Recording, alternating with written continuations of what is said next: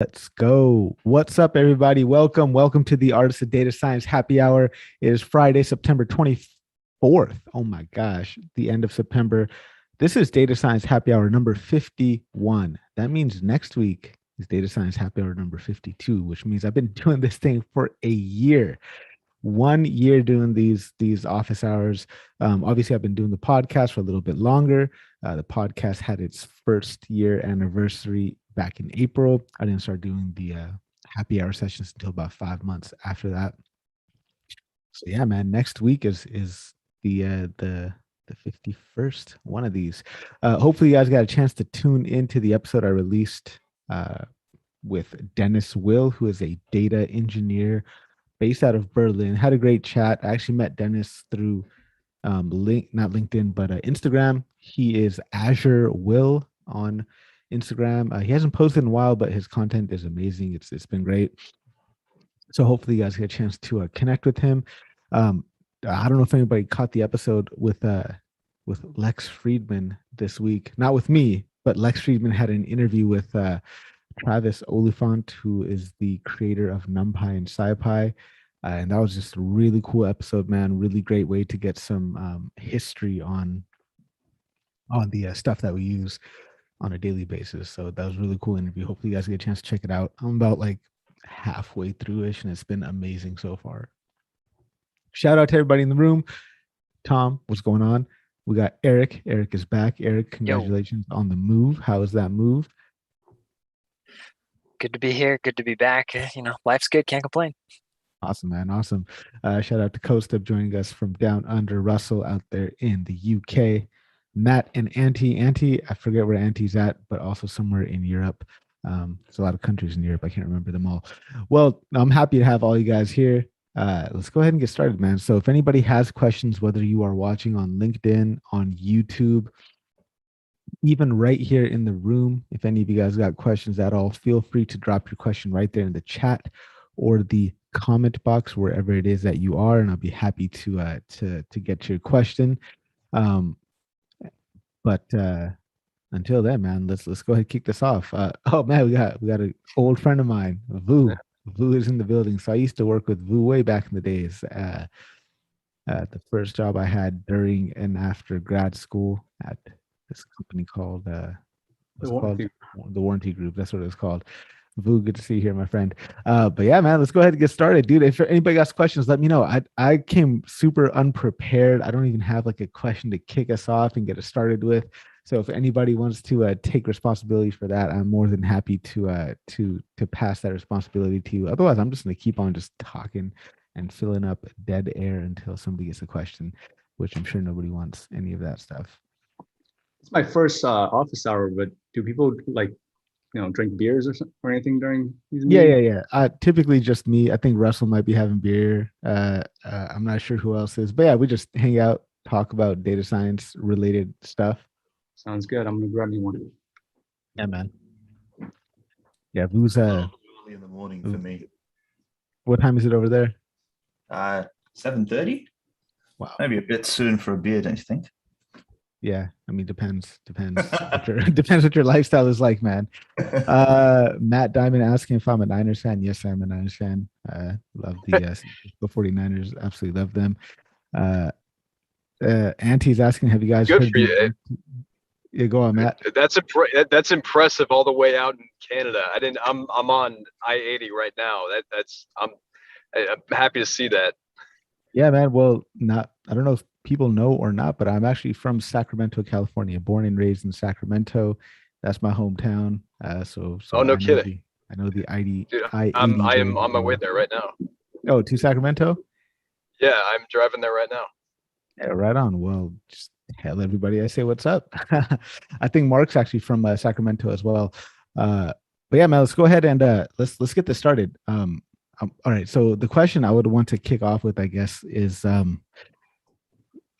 are you guys like handling, like, I guess, okay, so I've been heads down thinking and talking and writing about experimentation management, just as part of my job. And I'm wondering, before you guys really started doing hardcore machine learning and really building out models, like how are you managing your experiments before? Let's start with Tom, because I'm sure Tom has some great insight, because that's typically what happens when you get white hair, is you get good insight. Yes, each of these hairs that are gray, which seems like it's all of them now, they each turn gray because of something I learned the hard way or the stupid way. But I come originally from doing mostly physics-based modeling. And when you meet an engineer that does a lot of predictive modeling, even if they do very similar to what we do, which they would do if they were doing empirical modeling or design of experiments or factor analysis with ANOVA, very, very close to data science type modeling, but very different lingo too. And so when you're talking to them, you have to just be patient, like, okay, there's going to be semantical differences, stuff like that. But what was key is there was always a methodology. And when I started migrating to more and more data science work, I started looking for the methodologies and realizing, oh, this is so new. Everyone's not necessarily communicating the wisest methodology in a machine learning pipeline development. And so I just started collecting them. And over time, I saw how acyclic they could be when you're developing a machine learning problem too. And then it was quite freeing. It was almost upsetting at first to realize, oh, you mean we actually use models that aren't in the 95+% accuracy range? And then it dawned on me, wait a minute, I'm spoiled by the engineering realm. If you get a model in place and you had no model before, 65% accuracy is a godsend. Then you can improve things from there as you collect more data. And so it was quite a bit of a change mentality-wise, but really striving to capture the concepts that a data scientist has to operate in that are different from an engineer that models things. That was the first big thing. And then once the concepts were there, really mastering a methodology. That was key, I found. And then talk about methodology real quick. I got a question on that. So like there's many methodologies out there. Is it important that we all have the same methodology, or is it just important that when somebody approaches a problem and solves a problem, that their methodology makes sense and is coherent? So is methodology something that is written down in stone? Is it flexible? Is it problem dependent? Well, forgive me for leveraging wisdom from another field, but I'm going to lean over to Chuck Norris. If we were learning martial arts, he'd say, okay, go study one of the ancient tried and true disciplines first. Like maybe he did Taekwondo, for example. And then say, okay, now once you're good at those basics, then you can try to do some new fancy things. So what I'm getting at, if one of us was getting into car mechanicking, there may be someone in our group that say, oh, let me tell you what tools you need initially and what things you need to focus on for the basics so you won't get lost when you're working on cars. Yeah, you're going to work on something unique every once in a while. But if you know those basics and you know how to look things up, then the world's your mechanicking oyster. So it's a spirit of if you build your shop and you get the right tools in there and you get the right manuals and the right learning resources, you can go at anything. I think that's where new data scientists need to understand the concepts, get your tool sets that you like, get your basics. And yeah, every once in a while, you're going to have to go learn something new. But if you know those basics, they're going to really help you. And I just want to give a shout out to my top data science student. He approached me months ago now, and now we're like brothers, and that's Greg Coquillo. He's an outstanding data science student, but obviously he's a leading integrator of data science into the business realm. And that's where I lean on him myself. Thank you very much, Tom.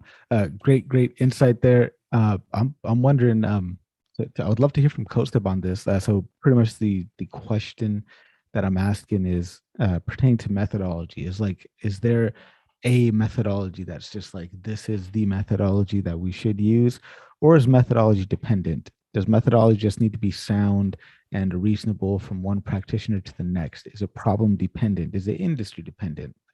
Let's pick it up from there. Kostub, go for it. Then after this, I'd love to hear from either Greg or Joe. Also, shout out to some new people that joined in, Joe being one of them. What's up?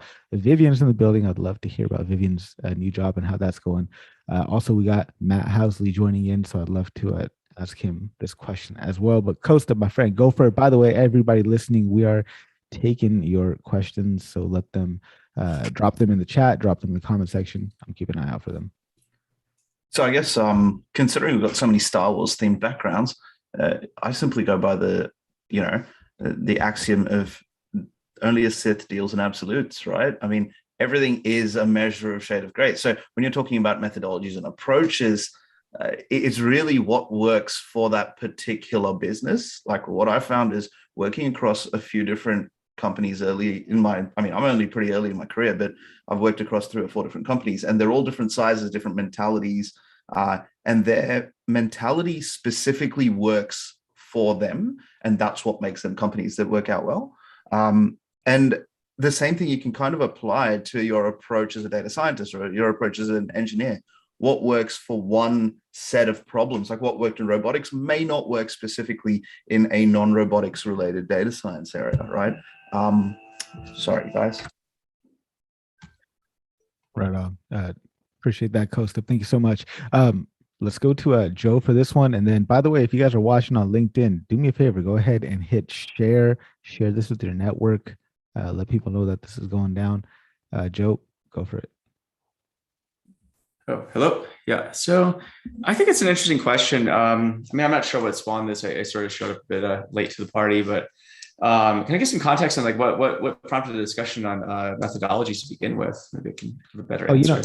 You know how it goes. Someone says something and then it sticks out to riffs. Yeah. Something. Yeah. So yeah. Methodology is an interesting thing. I mean, because I, as you know, my background, Harpreet, I've done a lot of different things, and I would say what I've realized is not a universal methodology for anything. What works in one area, I would say what works really well, the best methodology is to adopt a lot of different methodologies and use them on a situational basis. It's sort of like, Tom mentioned Chuck Norris, and I'll mention Bruce Lee, sort of the Tao of Jeet Kune Do. He's an early adopter of what I guess is now MMA, and I approach things like that, where one style is great, except, it doesn't really work all the time if you're, the thing I think, like, being dogmatic and having one methodology is actually, it works counter to, especially in a world that changes this quickly. And I think it revolves around so many different mental models, so I think the more mental models you can adopt, the more methodologies, the better, actually. So, because the thing is, it also prevents, I think, not to belabor this, but it also provides, I think, a competitive advantage too, where if you're in a room full of people who only know one thing and you know how to approach things from like 20 different ways, who do you think is going to have a better, outcome? So.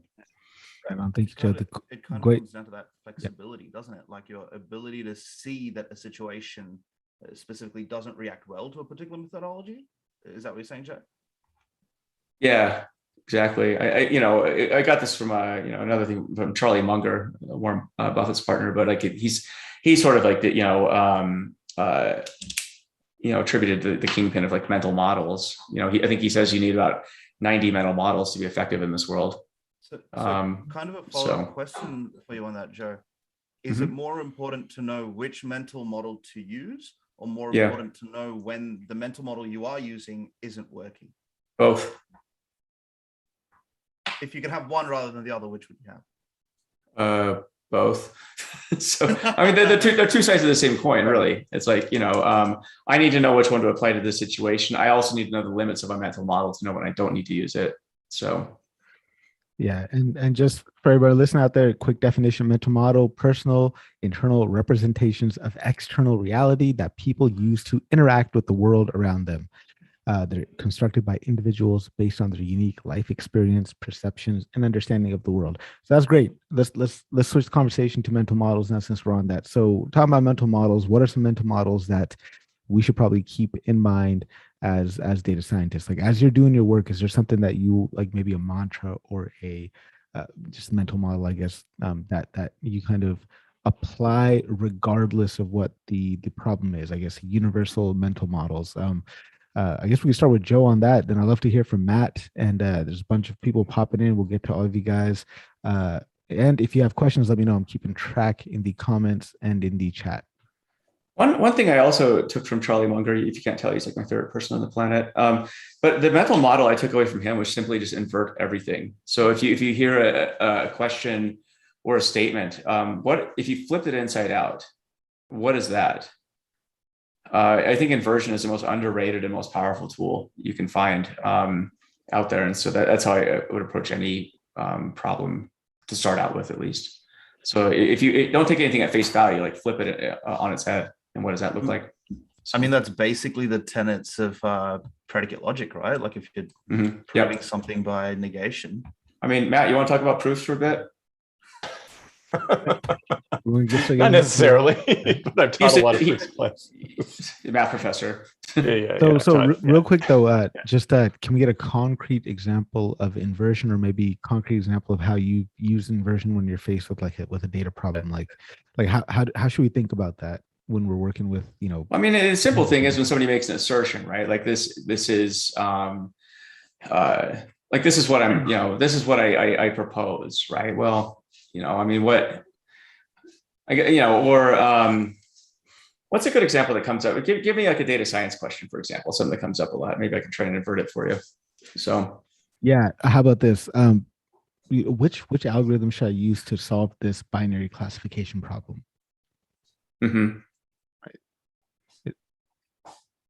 Yeah, so I would probably flip it on its head and ask what approaches would not work for binary classification. Okay, nice. All right. So yeah, awesome. Thank you. Greg, go for it. I totally agree with Joe in that sense, the inversion. So this is definitely a mental model that I apply when I build roadmaps, because you enter this framework where you're listing all these great ideas that you feel will transform based on feedback that you receive from the world. And you're excited about these ideas, but you don't realize that you're putting yourself in the corner in this bubble where that idea is very best case scenario.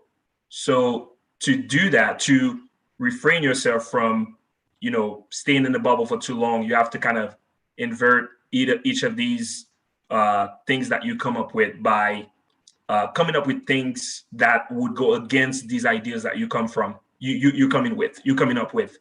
So you come up with idea XYZ, you create a list of things that kind of convince you that something else can work better, or something much more simpler can work better, in order for you not to spend too much time in these big ideas that you think will change people's lives, when something much simpler could have done the job in the first place. So when you're building that roadmap, you have to constantly question yourself and evaluate the things that would go against it to make sure that you're hitting on the right points. And that's one mental model that I always keep when it comes to defining what the future needs to be for a technology or a tool, et cetera, et cetera.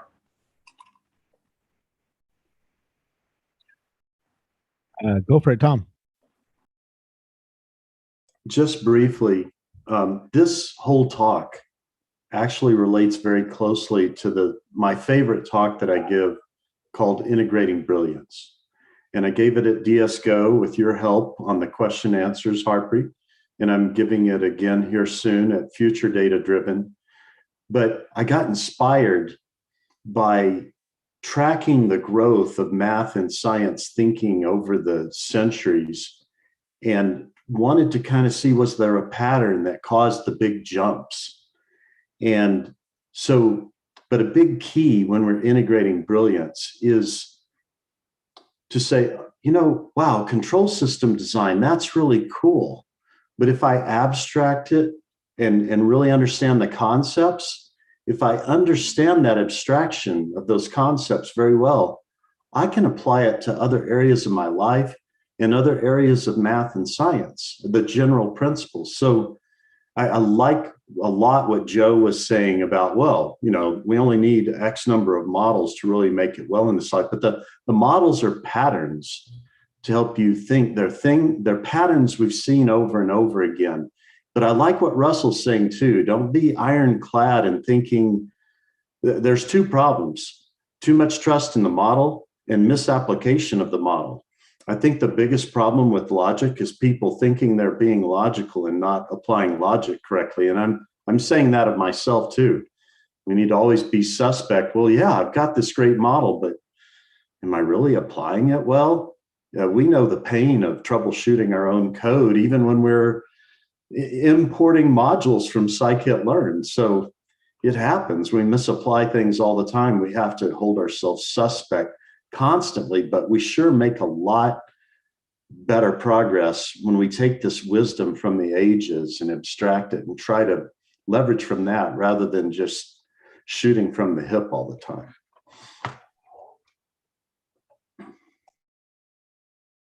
Thank you, Tom. Thank you. Kostub, go for it. So as someone who's more new to all this and don't have all the gray hairs of experience, right? How do I mean, is there somewhere where I can start looking into to learn more of these mental models that specifically apply to data science? Now, obviously, I'm going to pick them up as I go through my career through experience, right? But how do we fast track that? Like, you guys spent years learning all these mental models, right? How do we then send that data? I mean, anytime we develop some kind of knowledge, we pass it on through teaching and through learning, right? So how do we do that? How do we get to mental models for the same thing? It's not a technical skill, right? Go for it, Greg. Kostub had to mute you because it was beeping like crazy. Oh, I'm not sure where the beeping's coming Yeah, from. go for it, Greg. Yeah. So, I mean, I'm assuming your question, I think, is valid for whether you're a data scientist or not, right? So, to me, it's about pulling these mental models based on your experience as you go through things, right? So, inside of your professional life or personal life, if you go through things that teach you certain lessons, you create mental models this way, or the other way too is to talk to people who's been there before, right? So one of the ways you can do that is, coming to a platform like this, talking to folks who've been there before and has seen success, failures, and created their own mental models, and you can learn from those to inform your own. When you're in a working environment, you're talking to your peers, your manager, your mentors. They will give you things that will help you create your mental model.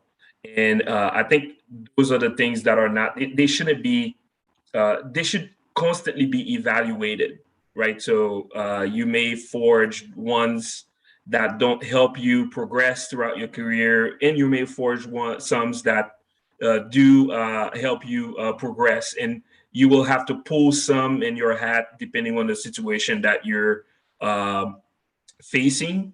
And to me, it's about learning on the go, talking to people, and standing on the shoulders of giants, and you make your own, and you move forward. Greg, thank you very, very much. I would also add to the way Munger describes developing mental models is just read a ton, right? And read it in areas that are outside of your normal discipline. Like that's where he, got a lot of his mental models. It wasn't like he had a book on here's mental models for dummies or something. I mean, Munger's also I think one of the smartest people on the planet. But that notwithstanding, it's like you just have to have a natural curiosity and read outside of the normal stuff that you're typically reading. So if you're doing data science, I would say read stuff out of left field too. I don't know what that could be, anything really, but it's just about developing the habit of developing a natural curiosity and letting. There's a notion of the compound interest of knowledge, right? Actually, there's a really good book here by Gautam Bain called The Joys of Compounding. I actually can't really say it's my stupid background. I have to fit it with the Star Wars guys over here. So But in all seriousness, the whole notion is just, develop compound knowledge over time. I mean, that is your biggest investment. There's no shortcut though. You're not going to get like 100 mental models in a day, or even a year or something. It's like this takes an insane amount of time to build. So, but there's no one direction to choose either. But I know Munger, he would bring up things like know the basics of chemistry, know the basics of physics, know the basics of psychology, know the basics of all these like the big ideas in the world, right? That's what shapes human knowledge. And to him, that creates ultimately what he calls the Lollapalooza effect, where all of a sudden, because you have all these different ideas, you're able to synthesize new ideas that nobody's ever thought of before. Because you have but this is a completely individual. There's no one way to do it. I read a ton. I probably read 1 or 2 books a week in addition to like a ton of articles, because that's just how I've been wired since day one. Not everyone's going to do that, but I think the most important thing is just make the investment to learn every day. That's it. Even if it's 20 minutes, you're still better off than you were, the day before, depending what you're learning. Yeah, and don't do like QAnon or some crazy shit like that. So well, just start where you are. I mean, like read what you love until you love to read, right? That's that's a good way to develop a habit of reading. Eric says he likes listening to Alan Watts to think about life in a new way. Alan Watts is awesome. You should listen to like the 10 Akira the Don and Alan Watts albums that are out there. They are freaking phenomenal. I'll send you a good one in a second. Joys of Compounding, Gautam Bade, about to add that to the get delivered this weekend at some point. Eric has a question. Let's go to Eric. Eric has an actual data science question, but I'm all about these philosophical discussions, so I love this shit. But Eric gets back on course. Yeah, so let's see here. A little bit of background. So my question is about Bayes' theorem and the explain it like I'm 5 version of it, because I have a little bit of exposure to it, but I always get posteriors and priors kind of like turned around in my mind or whatever. And then the reason that I'm curious about it is because I read a really interesting article, I think from a few years ago, about LinkedIn I'm sure they've updated it by now, but they have an algorithm for detecting spammy accounts by the names, by using your name. And I guess they supplemented it with email, but they got really good results just by using your first and your last name. So they don't need a lot of other information about you.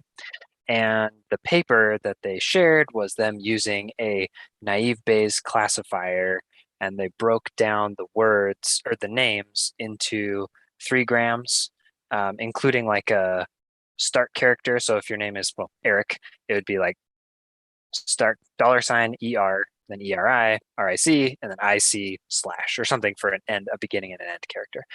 And so I don't understand how a naive Bayes classifier works, and I was hoping to get the explain it like I'm 5 version of that from somebody here. Let's go to Matt Housley if he's still in the building. Is he? I'm in the building. I don't have a super good explanation, actually. Maybe I can prepare something for next week. But the original Bayes theorem is actually just set theory. I won't try to go through that now, but you can basically figure out the original Bayes theorem just by using Venn diagrams. But yeah, does someone have a better explanation of what like naive Bayes classifiers and how those work? Yeah, Tom or Andrew or anyone, just an ELI5 of naive Bayes classifier.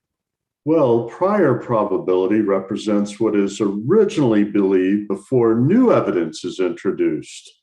And posterior probability takes this new information into account. Guilty of Google searching that. So I guess let's drill it down a little bit further, Eric. Is there a specific part of the naive Bayes algorithm which is making you have a headache? I guess I just don't understand how a naive Bayes classifier is classifying. I guess I just don't understand. Like, is it taking, if we have, I can't figure out from what pieces of those 3 grams or something or anything it's like taking in to update its model every single time to train the model. You know what I mean? Like I get the idea with like a linear regression, you know, and you've got your and the minimizing your errors and that, but I just don't understand what's happening. I just don't understand what's happening with like. I mean, do you understand what's happening in Bayes' theorem itself? Yeah, that's good. Because I would use that as a Probably not starting as well point. as I wish I did. Right. So I'd start there. You know, Yes. basically, you're just using Bayes to classify something at the end of the day. I mean, it literally is that. Right. But in order to understand Bayes, you need to understand, I think, sort of what Matt was talking about and Tom was talking about, which is, so how much of probability do you understand? I'll tell you when I get stuck. Okay. I don't know. How would you describe this, Matt? I mean, set theory, I think, is a good basis for this. Maybe we don't need to get too complicated, but you wanted to explain like it's 5 anyway, right? So, just real quick, Yes. Eric, let's say you're just looking at a brand new field of data and you've got all these possibilities, but then one of those possibilities happens. Well, that possibility just kind of narrowed the field of now what's possible after that. So when you get down to it, Bayes is like saying, what's the probability of something happening given something that's already happened? Now, with these n-grams, it's just a chain of that. Okay. And so this prior, oh boy, I can hear myself. Anyway, is kind of saying, well, based on what evidence I have, I'm going to make a guess. But the posterior is like saying, no, I'm going to look back now. I'm going to use hindsight. Now, I'm going to borrow some great wisdom, and I'm sure he got it from someone else, but Bruce Lee. You know, when he started out, a kick was just a kick. And then as he wanted to improve his knowledge, oh, a kick was so exactly. Thank you, Harpreet. A kick was so much more than a kick. And, you know, you hear this thing about, I don't fear the man that knows 10,000 moves. I fear the man that has practiced one move 10,000 times. You know, it's this spirit. So, Eric, what we're sharing with you today is going to help. But when you really get in there and sweat and bleed through coding it from scratch with the math and everything without modules and stuff, and then you get to the end of it, you're going to look back at this conversation and go, oh, it's like what Joe and Matt and Tom were saying. It's just the possibility of something happened, given this other things already happened, but now you'll be seeing it with the fog cleared. You've marched through the details of that canyon and gone through all those obstacles numerically, and now you're looking back and you're going, oh, okay. Well, I mean, you start noticing Bayes around you all the time, though, right? So, like when you look outside your window, for example, right? You look at the weather, right? So, I mean, these are classic beginner examples when you talk about Bayes is, well, okay, so it rained yesterday. So what's the chance it's going to rain today? What's the chance it's going to rain? If it rained today, what's the chance it's going to be sunny tomorrow, and so forth, right? So because you're basing a prediction, you know, an outcome based upon past probabilities and what's happened. So you want to be able to, but are you familiar with what conditional probabilities are? So I'm in a condition, basically, like there's a probability something may happen based upon something else. Mm-hmm. Right. So coin flicks are a good example, right? And so forth.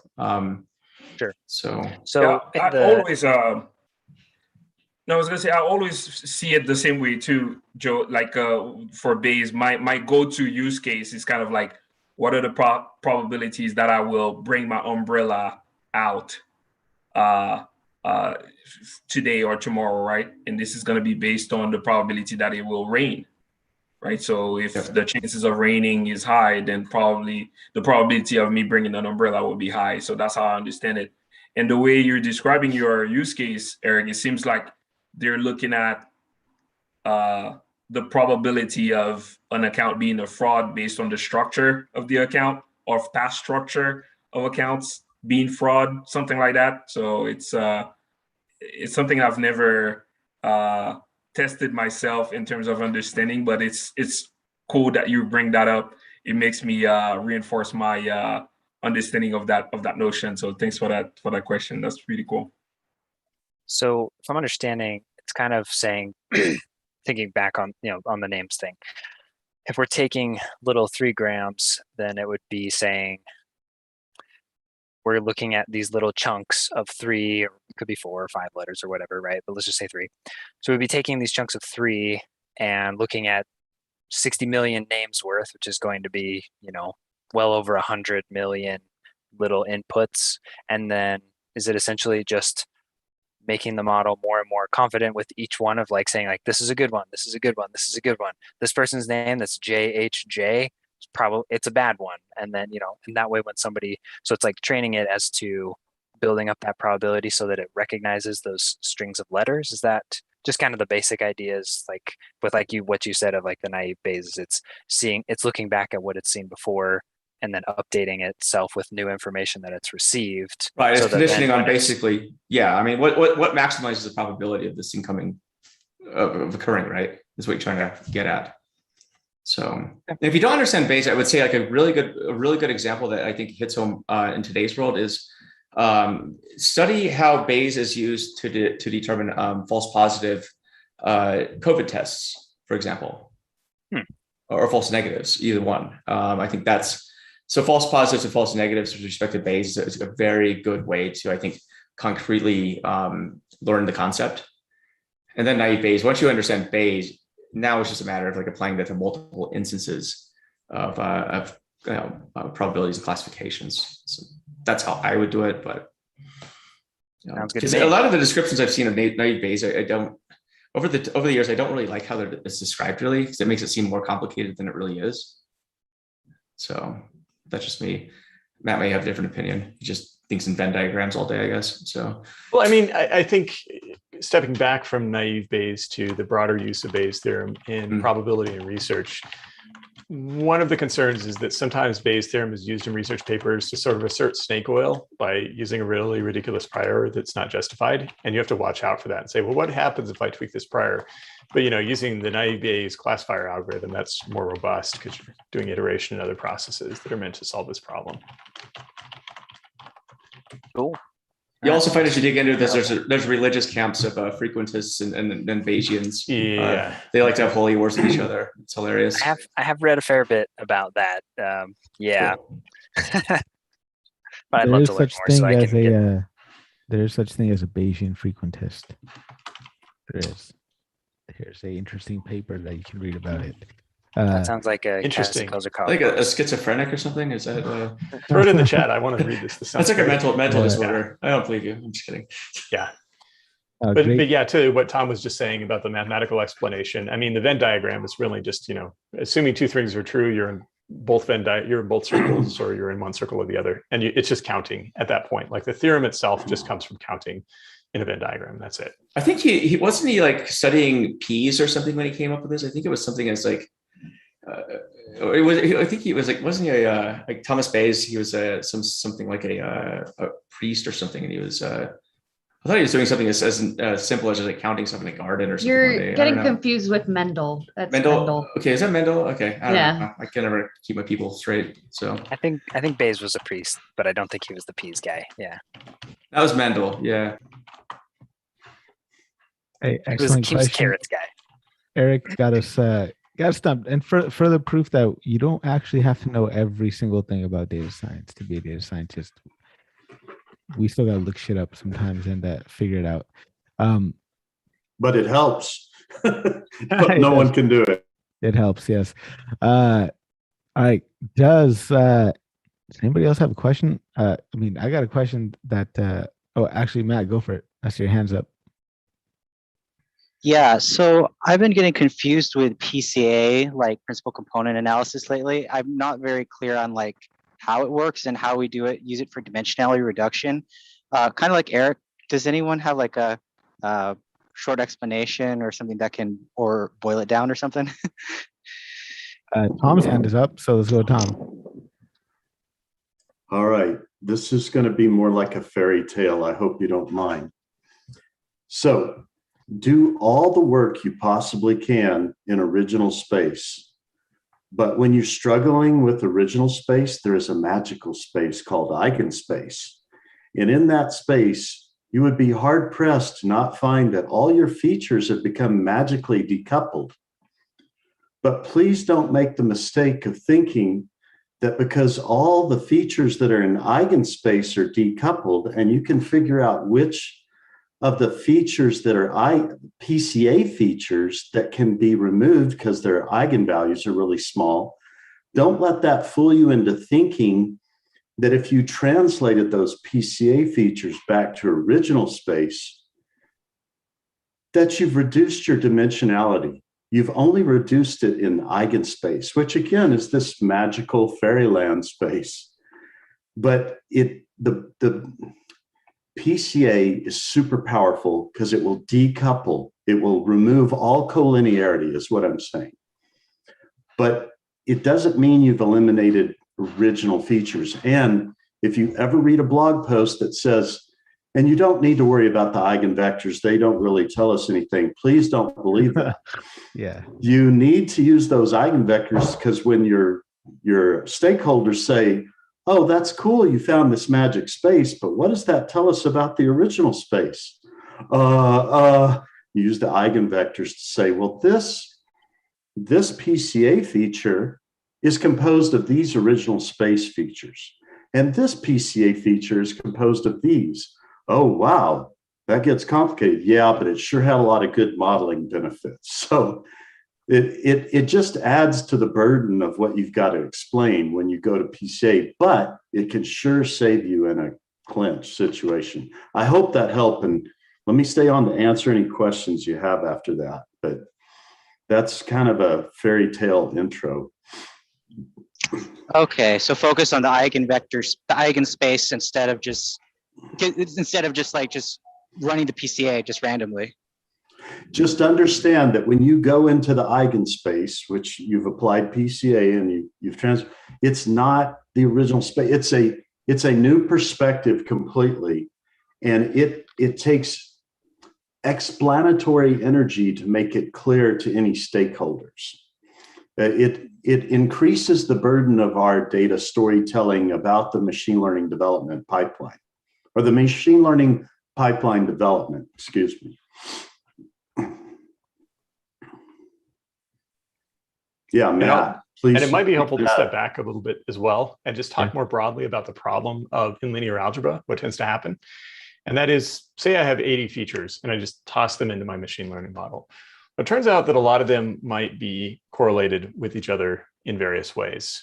So if you take a bunch of measurements of various types of objects, then that you might have correlations between those different types of objects or measurements, because really the objects all have the same shape. And so you increase the length, it also increases the width, for example. Say you're looking at cubes and taking measurements, and then throwing all those in as parameters in your model. And so fundamentally, what this whole class of techniques is designed to do is to get rid, sort of compress and remove that excess data that's correlated. In terms of linear algebra, a nice way to think about this is that suppose you have three-dimensional space and you have a plane that's inside that three-dimensional space. And so if you look at the coordinates, there are 3 coordinates for each point in that plane. So it looks like, oh, I clearly have like 3 coordinates or 3 features that I care about, but really it's just 2-dimensional behind the scenes. And so in some sense, what PCA is designed to do is find that plane for you, like find the subspace that really counts.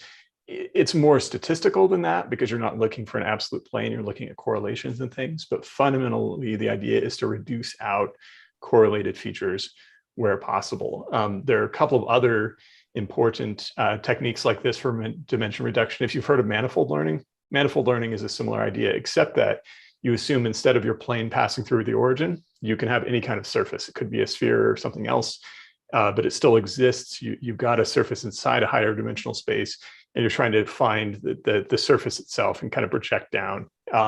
Another one that's very popular in test design, so when they design the ACT or the SAT, they use something called factor analysis. Once again, it's another dimension reduction technique. And I don't totally remember what the differences are. It seems like factor analysis is way less popular in data science, but I don't remember the reasons for that exactly. I'd have to go back and look them up. So it's because it's not deep learning. Well, true. And the other way to think about it Deep too is learning with is the awesome. so I mean, in Matt's example, if you had 80 features, right, and say you needed it now down to 3, you're trying to find the 3 that have the most variance, right, and disregarding the other maybe 76, 77 that are mainly correlated. So Let's go to CoStep, then Tom. So I guess Matt and Tom and everyone else has been commenting specifically on the stakeholder side of this. Is when you're explaining it to someone who doesn't really enjoy getting into the linear algebra of it, or doesn't really enjoy getting into, I mean, the word eigen maybe scares them a little bit, right? Is it reasonable to start talking about your eigenspace features as effectively a proxy for their real world features? So you say, like, I mean, would it make sense to explain to them that I'm taking all of your 80 to 90 different concerns, that all of these different data points that are coming through, and I'm generating these simplified proxies for some of them. And then we do our actual clustering or our classification based on these proxies that inform us about your 80 to 90 features at a resolution that makes more sense for the model. This is how, if I had to deal with a stakeholder who was asking me how PCA would work, I would say like this: look, man, like, I'm trying to build your machine learning model to answer your question, solve your problem, but this is a ton of features. They're all kind of useful, but they're all useful in a lot of different ways. So what I did was I just kind of, instead of having 80 features to deal with, like 80 columns, like that's too much for me to think about, I just kind of compressed it down to this space where I got like 3 or 4. It's much more manageable. Not only that, if we use this smaller space of features, it captures a lot of the information that we would get if we had like all 80 of them. So I just did that, brought it down to this thing, and made something from that, which is much easier to visualize and for us to, kind of get answers quickly. But they're going to naturally want to know about a specific feature and say, okay, so how does that affect this particular lever that I pull as a, in sales or whatever? Man, I'd be hard pressed to find salesmen that would actually care about that. I say everybody's Salesforce play a badass to ask that question. So yeah, I'll be like, damn, bro, you might want to. Yeah, I think you're on the wrong team. So. I know I was going to mention stakeholders that actually ask specifically about PCAs. Like, that's pretty impressive. That happens. I haven't experienced that. Well, we've got to get Aaron Hunsaker on here. He works for us now, and he has really good stories about PCA working with stakeholders. So we'll have to have him on. We'll have to get him on next time. Yeah, you'll like Aaron. Yeah, he's cool. Yeah, absolutely, man. Bring him on. I love. He also opened for the Wu-Tang Clan back in the day, so he's even cooler than you think. So, right. Yeah. Right. I loved where Matt was going, and because he's giving the explanation we would want to know as fellow data scientists. The explanation I was giving was trying to help a stakeholder understand why we had to resort to PCA. And I probably wouldn't even use the words PCA necessarily, but I think it's important for us to all remember, when you first apply PCA, you are not at all reducing the number of dimensions. But once you get in magic space, I'm going to keep calling it that for a bit, because now you have strength values called eigenvalues, you can realize, oh, if I look at if I Pareto order by magnitude, the eigenvalues, and I do accumulation and I see I get up to these last 10 and they're adding less than 1% to the value of the model, oh, just dump those. But what you can't count on is just because you dump those, if you went back to original space, you'll find you have just as much collinearity or more.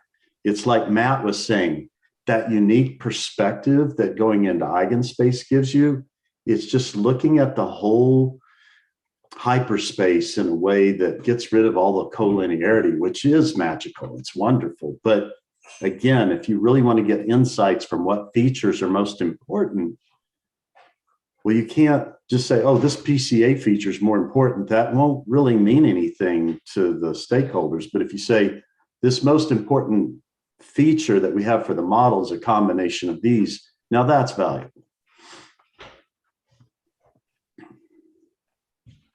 Thank you very much. Very excellent discussion, PCA, from a bunch of different angles. Matt Blaza, that was. Thank you for kicking that off. Any other questions or follow up on that PCA discussion? Yeah, like I mean, when it comes to stuff like that, like for me, it's good enough to kind of intuitively understand or know the explanation. But fuck, man, if I was in this office hour myself and somebody asked me that question, I would not know how to answer. So thank you guys for being here and helping with that. Let's go to Mark. Mark has some good news for us. Yeah, I don't really have a question per se. This a huge thank you to this whole group. I just had like a big win at work, and it's based on all the feedback y'all provided me. Essentially, you know, hearing from y'all just like, hey, don't ask, just do for certain things. That's essentially what I did, and also just reframing my hackathon into something positive. So essentially, for my hackathon, you know, I've been asking engineering for the past year, like, hey, give me access to create data sets within our system. To give context, our data is really complex. We have like our regular database system and then a homegrown kind of layer on top for additional security for things. And so it's not really straightforward. And so I basically just taught myself for my hackathon just how to engage and create my own data sets for my project. And then when I presented that, everyone was like, oh my God, data science can do this. That's amazing. And so the head of engineering approved my pull request to get it merged, but also they finally gave me read and write access to create data sets, which I've been like asking for like a year. So I finally have this and create our own data assets, which is like really cool. But more importantly, after like my pitch on focusing on the positives for my hackathon, my manager was like, yo, this is gonna be a top ticket item. Like spend the rest of the month just focusing only on this hackathon project, like make it to the end. So that was just really cool. So shout out to all y'all's feedback and really redirecting me to the right path to really have success. Man, that's awesome, man. That's so dope, man. I'm super excited for you, and yeah, big shout out to everybody that comes, you know, every weekend sharing their wisdom, sharing their knowledge, and just literally helping shape people's careers, helping shape people's journey, trajectory, and all that stuff. Every one of you guys that show up. I mean, it's been a while. I think it's been like since you guys started coming, everybody started coming. It was probably like mid-October of last year. So for a year straight, people have been coming on to this thing every Friday and just dropping amazing knowledge. And it's so awesome to hear the positive effects of that. Congratulations, Mark. I'm looking forward to hearing some more good news from you and everyone else. What's going on, my friends? Any other questions? I have a question for people. Yeah.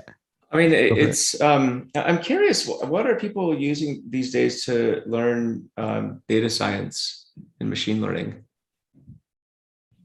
What do you mean using in terms of like software? I mean, materials, learning materials, courses, books. I mean, what are people finding effective? What are people finding not effective?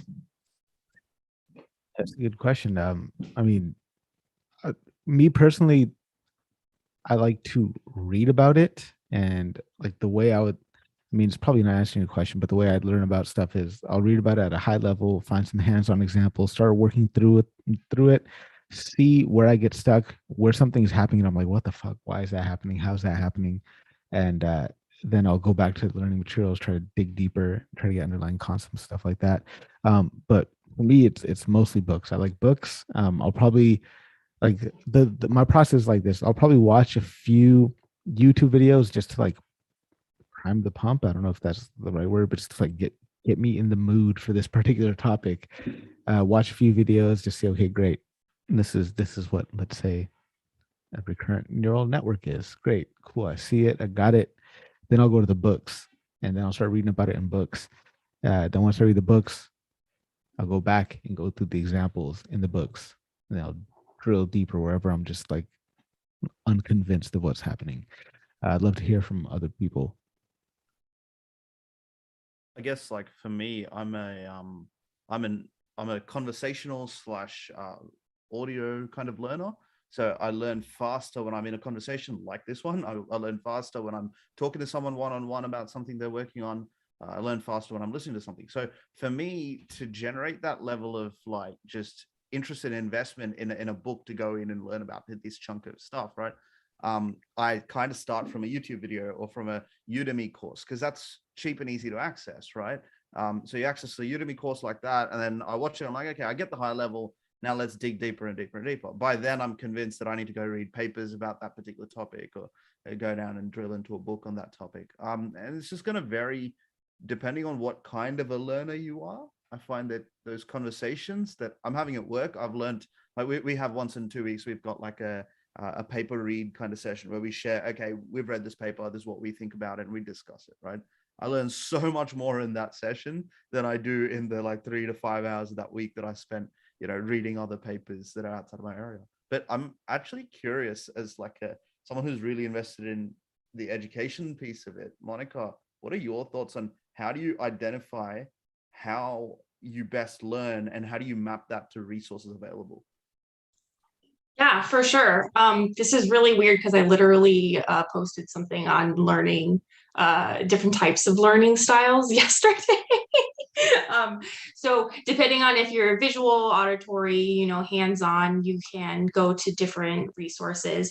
And also depending on if you have a specific question versus if you're just generally curious about something. So if you have a specific question, I usually Google #1 resource to go to. Stack Overflow is something super helpful as well. Or any more smaller, like mini courses that are more scoped out that can answer that question. Versus if you're just generally curious, you don't know anything about a specific topic, you can have they have courses that are like specialty, like data science specialty course, which covers like 9 different topics and all of that. I also like tutorial, like sandbox sites. W3 Schools Mode is another one where you can just go in there and just start doing something, breaking things, I think is a really good way to learn as well, to figure out how things are working on the back end. Mark, go for it. So for me, like how I kind of quickly try to learn things, especially for like machine learning or just data in general, I try to start really high level and just drill in really fast. And so for me, it's like a matter of repetition. So like I get a new concept, I try to find like what's the intro 5-minute quick, like explain like I'm 5 explanation of a concept. Then I'll go find like a more in-depth, maybe like a lecture or something like that. And then the next step, I go find articles like towards data science, something like really high level, or like analytics Vidya. I'm butchering that name, but essentially that's the next step. And then from there, I will go find textbooks. So now I have like all the key terms, the words. I go through the textbooks, and the thing is like it sounds like a lot, but I'm watching things 2 times fast. I'm skimming. The thing is not to like really comprehend deeply. It's just to get repetitions over and over again. So that way I have a set of resources to know where to look for. And then where the real learning is that I try to implement a project. Implementing a project is where I really learn the most, but doing all the steps ahead of time gives me the plethora of resources to go back to, but also like gives me a good foundation to move forward with. So I'm not just like randomly applying code from Stack Overflow. I can actually like think through the problem for it. And then to solidify it, and I don't do this every time because it's very intensive, I like creating tutorials. So like I have a few on GitHub of tutorials and things to do, and like teaching others and mentoring others is like where I really learn a lot, because it's like to share to explain it to someone else. I actually have to learn it and like understand it and be prepared for questions. I think that's where that conversational aspect that Kostap was mentioning really kicks in. Just having to talk about it and to bounce those ideas around. Andrew got some great response here too. If anybody else wants to answer this question, let me know. Let's hear from Andrew Terrell. If there's multiple Andrews, that's the one I refer to. Go for it. Hey everybody.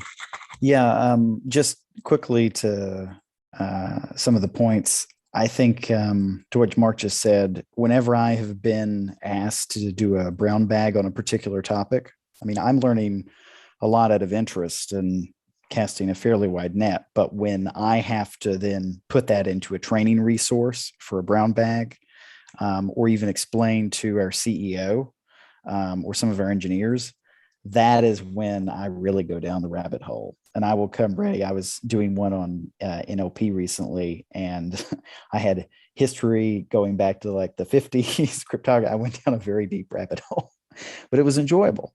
And so I think that with a combination of exploring various GitHub repositories, I've been very pleased with some of the training materials on ODSC, the Open Data Science Conference, particularly some of the analytics. They have some really good professors, actually. So I'm based in North Carolina. We have at North Carolina State University, the Institute for Advanced Analytics, a guy by the name of Art Barr. He actually taught some of these courses, really into some very interesting programs for fraud analysis, like I think it's CADE 5, CADE 6. One is a Destiny character. I forget which one. And so those materials have been great. I really like, I think as some other folks have mentioned, kind of starting on YouTube, getting excited about things that build some momentum. Then you can get into reading some of the materials, exploring GitHub repos, and then sharing that with colleagues and getting conversations, getting other people excited about it, and then you can feed off of that. So that's been great on our end. And then I will, after this, if I may, ask if anyone has implemented any proper graph databases, because I've been tasked on that recently. And so I'm curious if anybody have used those in their data analytics. Thank you very much. Graph databases, I've seen, what's his name? David Knickerbocker. I haven't seen in a while. David, if you're tuning in by chance, we'll miss you. Come hang out. Let's see, there's a lot of good comments coming in. Mark says ODSC is how he got his first data science job. That conference holds a special place in his heart. Speaking of conferences, don't forget to sign up for Datacated, happening on October 5th. Be sure to be there. I'll be presenting at Datacated. I'll also be presenting at the ML conference on October 15th. So hopefully you guys get to tune into that one. We'll get to your graph databases question, Andrew, but first let's go back to Mark. Mark said he had something interesting to share with us, and I'd love to see the what you're talking about, the technical aspects of something. Go for it, Mark. Definitely. So I wasn't planning on having this question because I was literally coding this in the middle of this and trying to get some. I wasn't expecting my output to actually come out as quickly because it's like a million rows. But essentially, as if y'all remember, I'm working on a imbalance classification problem for predicting neonatal death within 28 days. And this project I'm kind of doing with my mentees together. And so we finally have output. Last week, we kind of just did like, here's just a plain random forest model. We haven't done anything special to it. It's probably gonna be a bad model. I've now implemented SMOTE, which is a resampling method to account for the imbalance. And again, applied just a random forest model, no tuning yet. And so I got my output. I thought maybe it might be interesting so you can actually see the graphs I have in the output. And just to get some feedback, because I have some ideas for next steps, because it's not at the level I want after doing SMOTE, which is expected because I haven't done any tuning. But before I go into tuning and whatnot, I'm just curious if there's any more like simpler steps that I should consider. Like, I can go down the rabbit hole and make it more technical, but it's always like, how can I simplify the problem or maybe simplify the data in a way that might make things better? I've already did some feature importance. I've already talked to stakeholders as well, who are like subject matter experts to get an idea on some important values. But I was just curious, one, just to see output, and then also just have a cool conversation. Does that sound good to y'all? Cool. That sounds like you want to talk about data science. Yeah. Yes. Let's talk about data science. All right. Yeah. Cool. So I'm gonna share my screen. Yeah. Can y'all see my screen? Yes, absolutely. Awesome. Beautiful. So essentially, going back up. So here's the model without doing SMOTE. This is the training data, so of course it's gonna look nice. And then this is my validation after I split. So I have train, validate, and test. So this is my validate set. And so area under curve, confusion matrix, and then the various precision recall F1 scores. I'm gonna skip past this because again, that didn't account for imbalance. I implement SMOTE, and And as you can see, you know, before Smote, this was the you know, kind of distribution of events, very imbalanced. After Smote, now they're both balanced for the outcome variable. So I retrained it again. And so now here is my curve. Again, training set, so not really expecting much. So here is the random forest model. The area under the curve increased for that. But interestingly enough, for my F1 score, it actually decreased compared to the other model, which is really interesting. And the reason why I'm choosing the F1 score is because it's like healthcare. You know, there is a price for false positives and false negatives. False negatives would be the worst, but false positives would be bad because, like, if we say like this newborn is going to have at risk for dying, they go under like unnecessary procedures that put them at higher risk, right? So that's why I want the F1 score to kind of balance that. And so for me, I'm like, wow, I'm really surprised that the F1 score went down after doing Smote. And again, I haven't done any tuning, but based on what you're seeing, and I can show particular graphs if you like, you know, what would be your next steps thinking through this problem? You know, and I literally just coded this and it's got an output, so I haven't had a chance to think about it, but I thought like y'all would be great to talk to figure out next steps. Yeah, Tom, let's go to you, and folks, I'm just going to step away for a quick second, but Tom, go for it. I'm gonna stop sharing.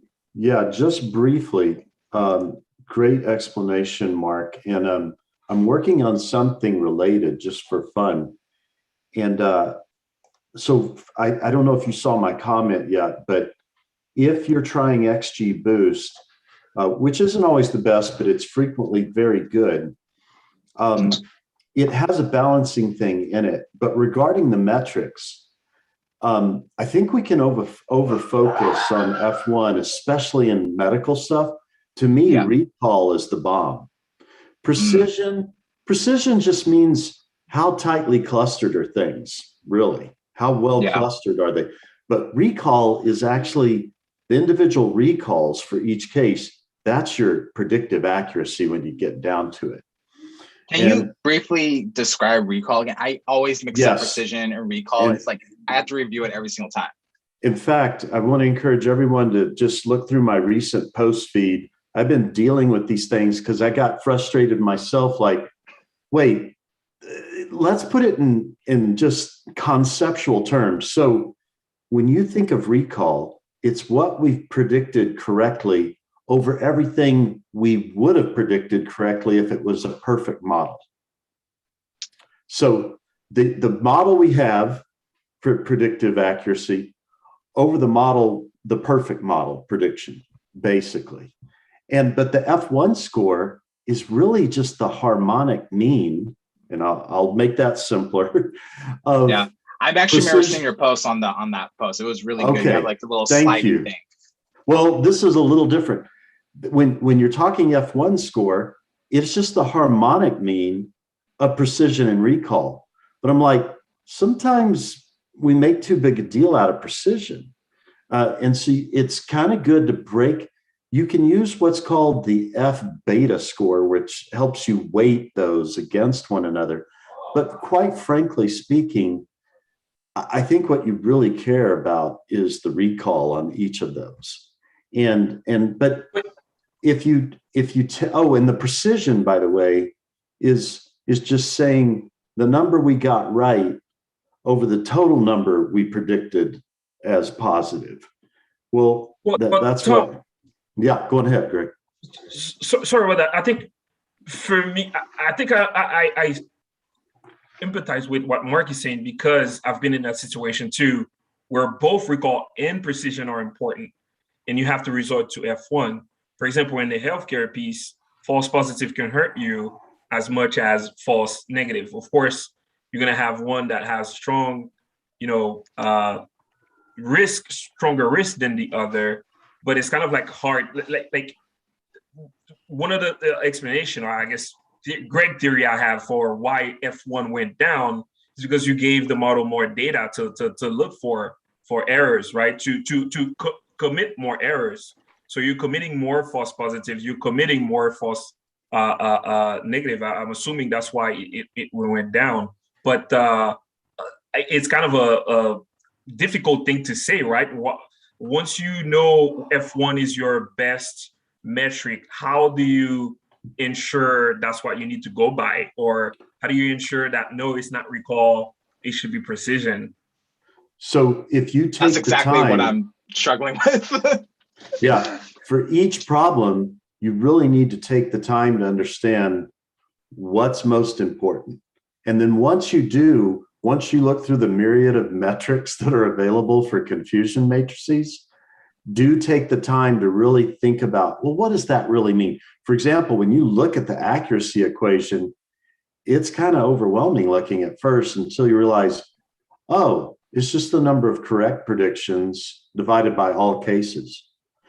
But the accuracy alone, and accuracy to me is more important than F1 score.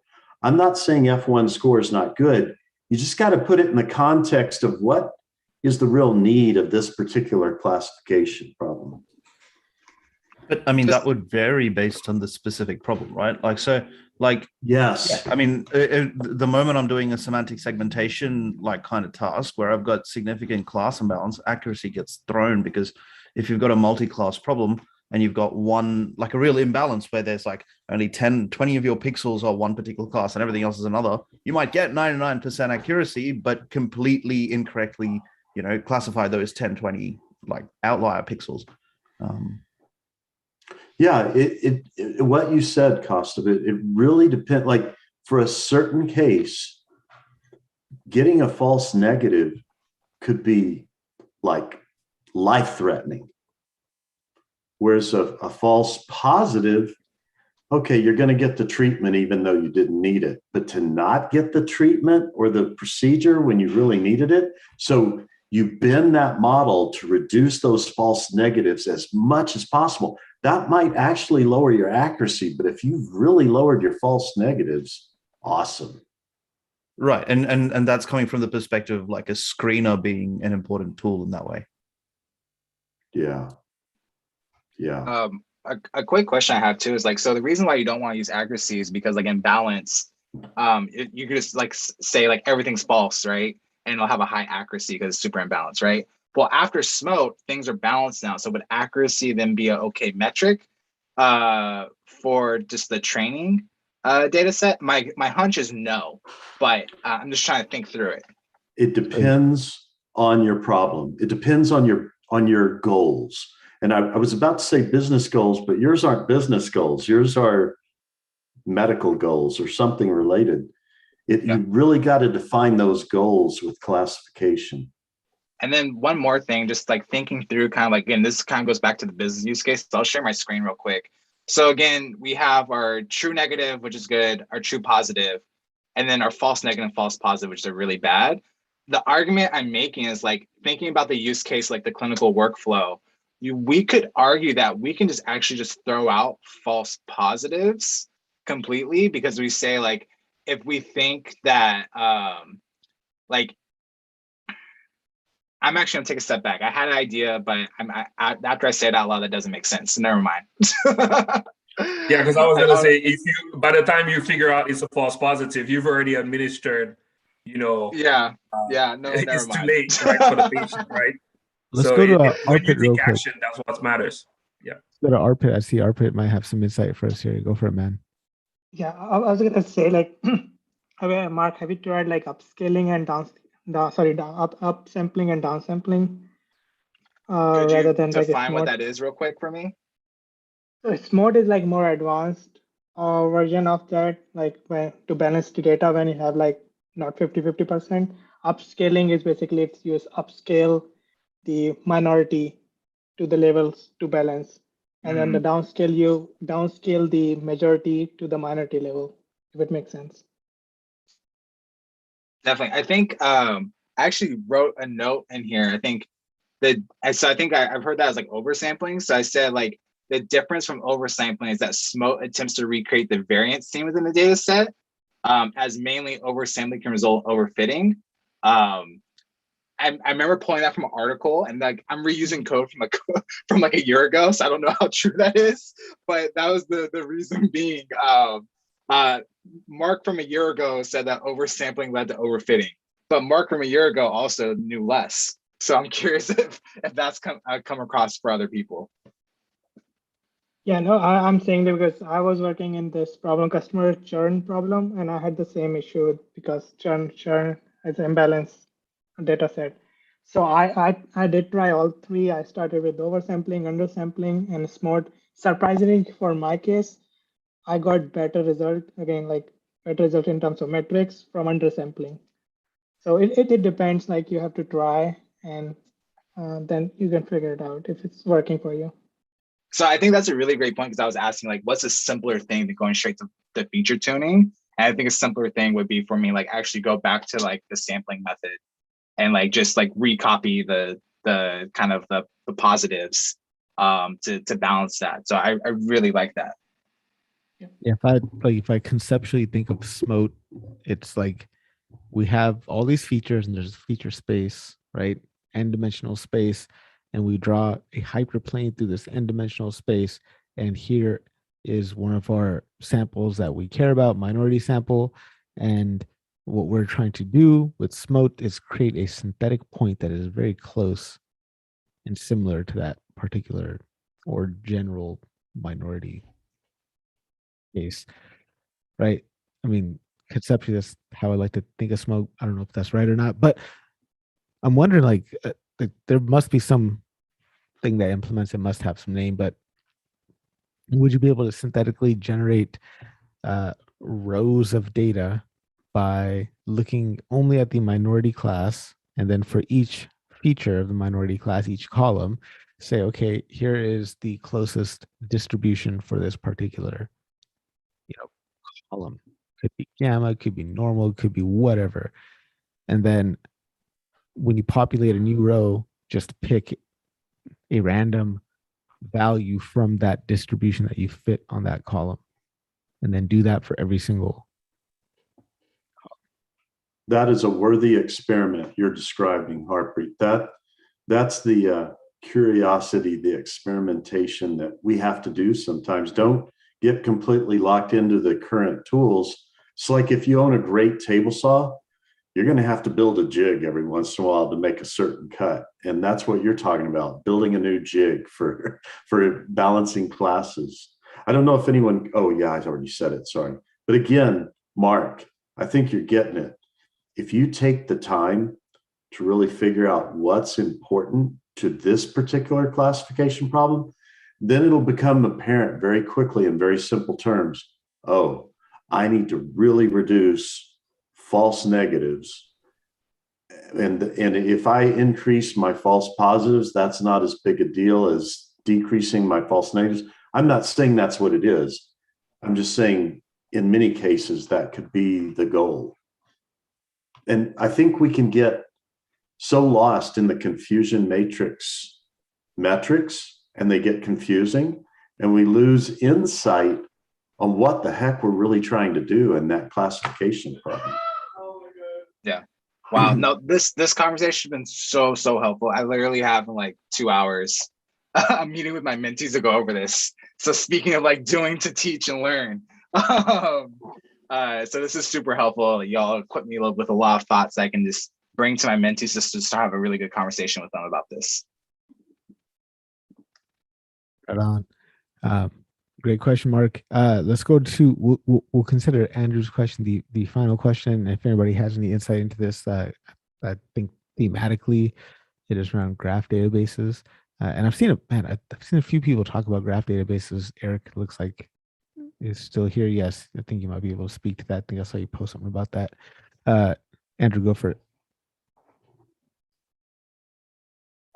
Yeah, it's just we've had some interest from some of the folks that we work with on several things, like different stages. Like first is basically your like enterprise knowledge graph, which is not really a data analytics question at the first glance of it, but just kind of capturing some of the institutional relationships that a lot of the managers don't have eyes on. But then the second part of that is to feed in some of the institutional data and try and derive and infer certain relationships around some of the projects, and essentially to kind of cut back on some of the research time that certain folks in the company have been spending on like looking at what we've done in the past and like then rewriting things that have already been written essentially.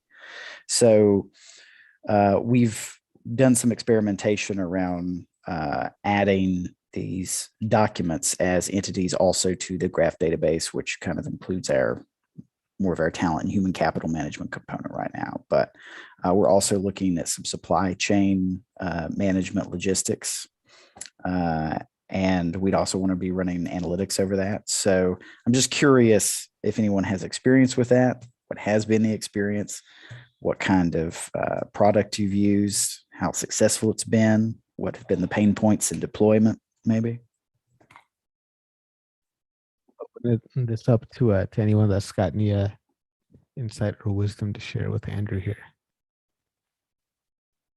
So I've never used a graph database and definitely never built a graph database. But I know that I've attended a couple things with Tiger Graph, and I don't know if you ever use Tiger Graph or if you've watched or seen any of the resources from Neo4j, but both of them are, I mean, I'm sure you've heard of Neo4j if you do anything with graph database stuff. But like they have a lot of really helpful and interesting resources that I've just found interesting, but otherwise my stuff's mostly just been doing my own little analyses rather than building an actual database out.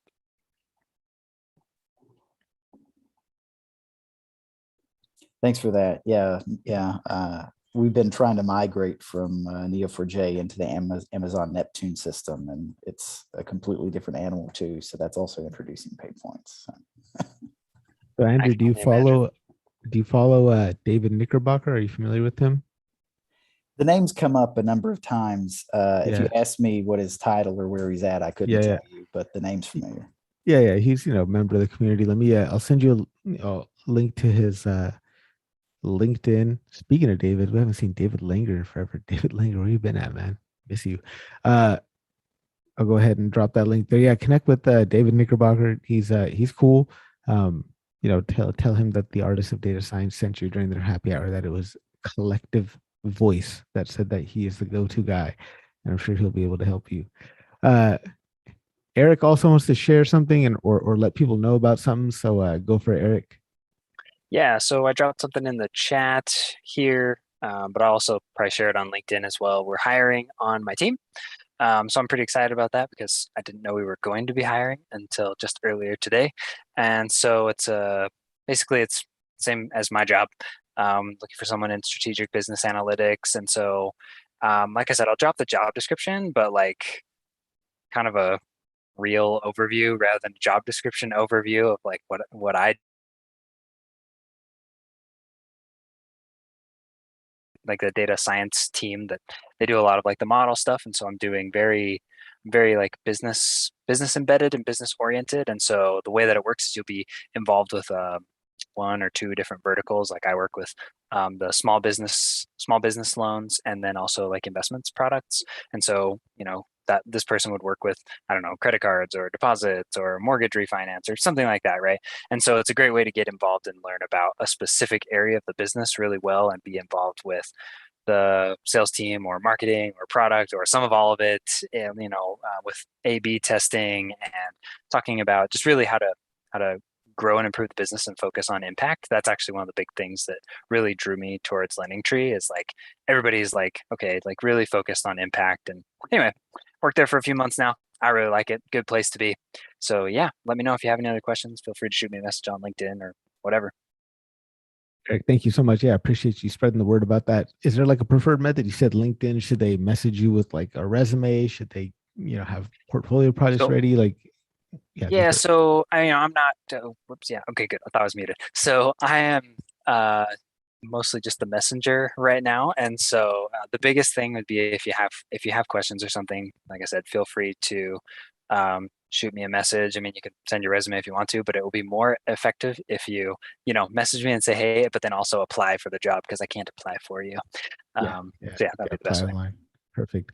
Right. If you guys are listening on LinkedIn, those of you catching this on Sunday when the episode is released as a podcast, shout out to Eric. You guys probably already know how to get in touch with him. Mark, you were also doing a thing here. What's going on? Yeah, we just got more headcount, which is exciting. So we just put out a position a couple of days ago. My company, I'm at Humu. Essentially, we think about it as organizational psychology to drive behavior change through our product and like make work better, improve just various habits at work. We're specifically looking, this is a really cool role. It's like a senior analyst role for marketing and storytelling. So essentially, we want you to dive through our product data, our survey data, and potentially some customer data, bring that all together, find some like really interesting key highlights, and tell a really compelling story. So you'll be working with the content team and the marketing team, but you'll be under the data science team. It's a really cool position. I can also share the link to the role. If you are interested in it, please reach out to me on LinkedIn as well. And it is US based. So unfortunately we can't have other people outside the country apply. All right, Mark, thank you so much. Speaking of data storytelling, Brent Dykes sent me a copy of this book. I've yet to take a picture and post it on LinkedIn, but it's a great book, Data Storytelling. It's dope. We're actually going to be live on LinkedIn on October 2nd, interviewing him.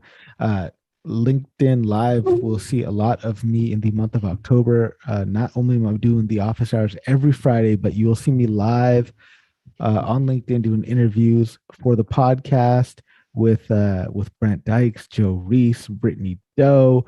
We got Daliana, Lou, Andrew Jones. We got the data professor himself, Mr. Chanin. I cannot say your last name.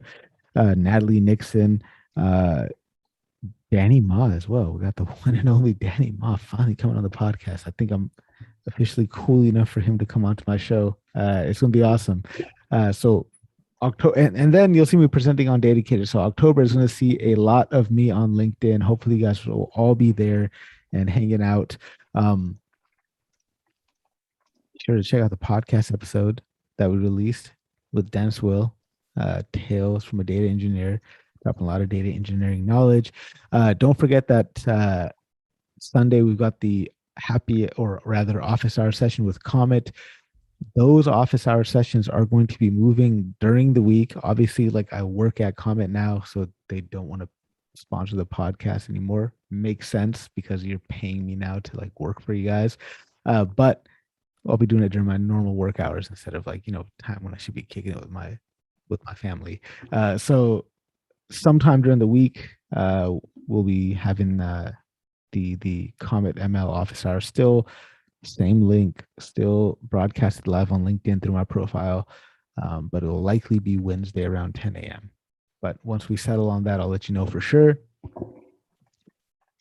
What other news do I have to share? Well, I mean, my course is coming along just fine.